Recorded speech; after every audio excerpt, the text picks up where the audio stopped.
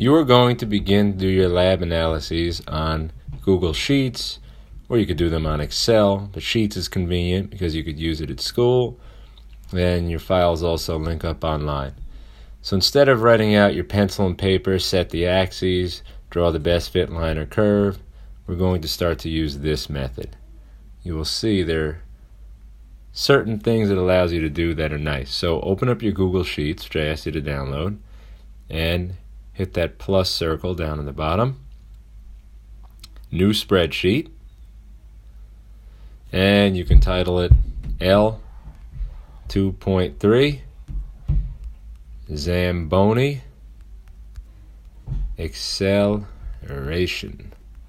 So we're going to look at the acceleration of the Zamboni that we had in the hallway. Hit create. And here we go. So you have what looks like some sort of new spreadsheet. Now, there's a video that you either have already or will look at in class. And in that video, we did frame-by-frame analysis. So even if you didn't get to see that video, still follow what you're doing here. So in box A1, we're going to set up the heading, the first heading for our table. In this box, we're going to put what we pulled directly off the video, and that is the frame number. So you'll write the title frame. In B1, we're going to do something called adjusted frame, and we'll get to that. In C1, so you can move left and right, just use your finger right on the screen. In C1, you will put time, and then parentheses seconds. And then in D1, you will enter distance. Now, just in case you haven't noticed, each time I'm finished typing, there's a check about mid-screen off to the right. I'm about to click it, and you are done then with that cell. So we scroll back, and also if you haven't noticed, when you click in a box, down at the bottom of the screen you see FX. That's like the function notation from math class. You click in that open bar down there where it says enter text or formula, and then your keypad pops up and you can type whatever you need to type. When you're done, you can either touch on that check. There you go. Okay, so we have 4 columns. We have frame, adjusted frame, time in seconds, and distance in meters. So, under frame, if you did this already in school, we had a couple classes that did do it.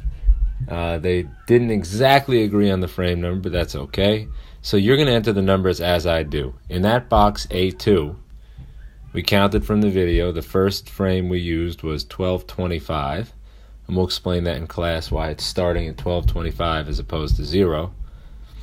Basically, that's because we started recording the video before the action that we cared about, which is what you always do. Hit the check. In A3, so the next box down, you'll put 1372. In A4, you'll put 1440. And there is no quick, easy way to do this. In box A5, you'll put 1484. In box 6, you'll put 1517. In box A7, you'll put 1552. In box A8, you'll put 1572. In box A9, you put 1607. And in box A10, 1628. Box A11, 1650. And finally, box A12, 1670. So we now have a fully populated list for our A column for the frame number. Now the adjusted frame takes these frames and resets them so that we start at 0. Now the easy thing to do mentally is just say, well, how do we make 1225 into 0? You just subtract 1225. And then each of these in A3, A4, A5, we would have to subtract 1225. We want to teach you a nicer way to do it, though, because Sheets and Excel also do this. Sheets gives you a nice way to basically copy and paste a formula, and the math gets done for you. So go to box B2, go down to that function bar, click, and when you want to enter a formula, it always starts at the equal symbol. So you put an equal symbol. If you forget the equal symbol and you just start typing your formula, it'll end up giving you some kind of error, or it'll just look like the letters in the box. Anyway, what we want to do is we want to take this number in box A2, the 1225, and we want to subtract 1225. And you may say, well, why would I go through all that effort? Hit check, and of course that comes out to 0. Well, why wouldn't I just type 0? Well, here's why.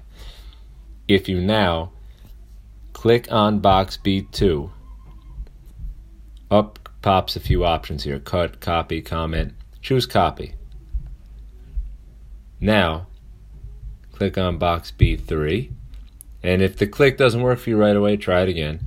Now, if you click on box B3 and hold it down on the screen, you can highlight all the way down to B12. Now B3 to B12 are highlighted, and this is where it gets cool. Tap right in the middle and paste. Boom. Done. Click anywhere else on the screen, and what Sheets just did for you was actually subtracted 1225 from each one of these numbers in column A. So column A2 was 1225, B2 was, if you look down in the formula bar, A2 minus 1225. A3 was 1372. B3 was, look down in the formula bar, A3 minus 1225. So it's automatically done for you, which is very nice. Good. Now, come over to time. These are the actual number of frames, assuming we start at 0, that's why we adjusted, that the video took. And if you remember, we talked about the frames per second. It's kind of like the flip book you made in art class once upon a time. It's how many pictures are taken per second, and then they're all lumped together and played fast for you so it looks like a video. That's what a video is. It's just a collection of pictures. Now, in order to turn the frames into seconds, we need to do some sort of conversion. Clearly, the Zamboni did not take 445 seconds to travel. It was over the course of about a meter. So, how do we actually turn this into seconds?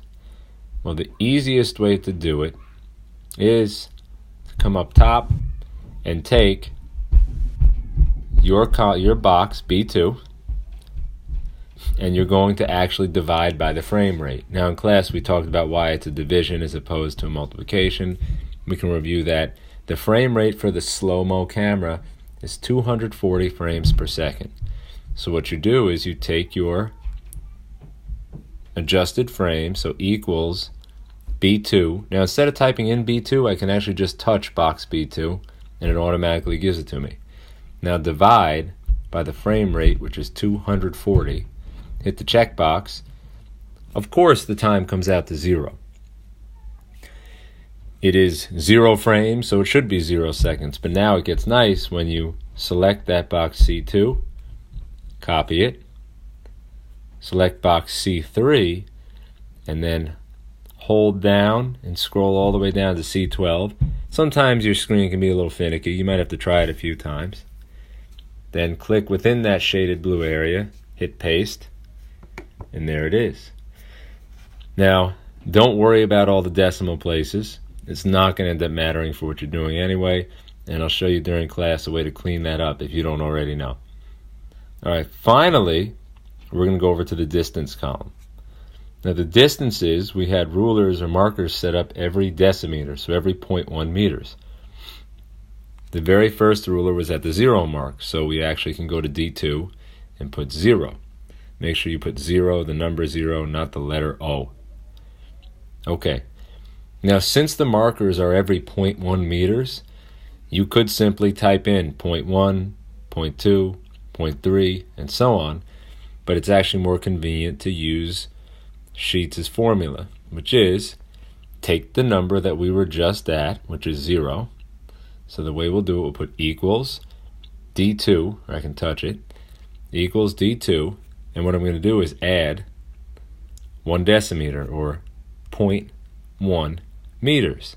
So if I take the number ahead of me, and I add 0.1, well, there it is. 0 plus 0.1 is 0.1. Now, the nice thing is, if you copy this and paste it, each cell, each one of these little boxes, will take the number that's ahead of it and add 0.1. Select, paste, and look at that. We have all of our distances. The last step that you can really do in Sheets on your phone is to highlight. So click on C1 and actually drag along here and highlight everything from C1 to D12. And all that's highlighted. You can use that little circle there in the corner to move around your highlight box. All that's highlighted. One more. Touch outside the blue box area to move around. There's a plus symbol up near the top there in the command bar. Hit plus, and what you're going to do is insert chart. And now there are different types of charts. The chart we want, under type, we don't want a line chart. We want, go down, not that far down, down. We want a scatter plot. That generally is our best bet when dealing with science graphs. So hit the scatter plot, and you get this pattern. Now, hit the check in the top left, and pinch your screen so you can actually see more of what's going on. Click outside the shaded area. Click on the graph, and you can resize it if you want. You can move it over. But you get this nice, what looks like a curve. Looks like a paragraph. And so this is the graph of our data. This is as much as you can do on Google Sheets on your phone. We actually still need to add a trend line, a best fit line or curve. In this case, it will be a curve. And we need to get a formula or an equation for that curve. You can't do that on your phone. So in the top left is a check. Click that check. And then you're all set from your phone.